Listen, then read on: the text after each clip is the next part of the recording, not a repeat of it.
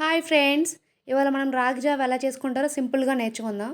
రాగి జావని మా సైడ్ అంబలి అని కూడా అంటారు. సో, మనం వాటర్‌ని కొంచెం తీసుకొని అందులో కొంచెం సాల్ట్ ఏసుకోవాలి. సో, అది బాయిల్ అవుతుండగా ఈలోగా మనం రాగి పిండిని వాటర్‌లో ఏసి మంచిగా కలుపుకోవాలనమాట. రాగి జావ మనం తినటం వల్ల మనకు చాలా హెల్తీ అనమాట. సో, ఇంకా మన బాడీ అనేది కూల్ కూడా అవుతది. సో, మెయిన్ పాయింట్ ఏంటి అంటే మనలాంటి బద్ధకస్తులకి ఇది చాలా ఈజీ ప్రాసెస్ అనమాట. సో, ఉప్మా కంటే కూడా వేగంగా అయిపోద్ది.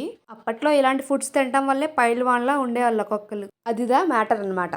చక్కగా ఉండలు లేకుండా కలుపుకున్నాక వాటర్ మరుగుతున్నప్పుడు అనమాట ఈ రాగి పిండిని అందులో ఏసుకోవాలి. సో, ఇది కూడా ఉండలు లేకుండానే మిక్స్ చేసుకోవాలి. అప్పుడే బావుంటదనమాట. ఈ రాగి జావలో అనమాట మనం మజ్జిగేసుకొని కలుపుకొని తాగితే ఇంకా బావుంటది. పెరుగులో వాటర్ ఏసుకొని బాగా మిక్స్ చేసుకొని మజ్జిగలా చేసుకోవాలనమాట. సో, మనకి సాల్ట్ కావాలంటే ఏసుకోవచ్చు. లేదంటే లేదు. రాగి జావలో మనం ఆల్రెడీ సాల్ట్ ఏసాం కాబట్టి సో, అవసరం లేదు. మనకి రాగి జావ నచ్చని వాళ్ళు కూడా ఇలా తాగితే నచ్చేస్తారండి. ఎందుకంటే పుల్లగా అనిపిస్తది కొంచెం. సో, తాగడానికి బావుంటది. మీకు ఈ వీడియో నచ్చినట్టయితే లైక్ చేయండి, షేర్ చేయండి, సబ్స్క్రైబ్ చేయండి. ఓకే. Bye friends.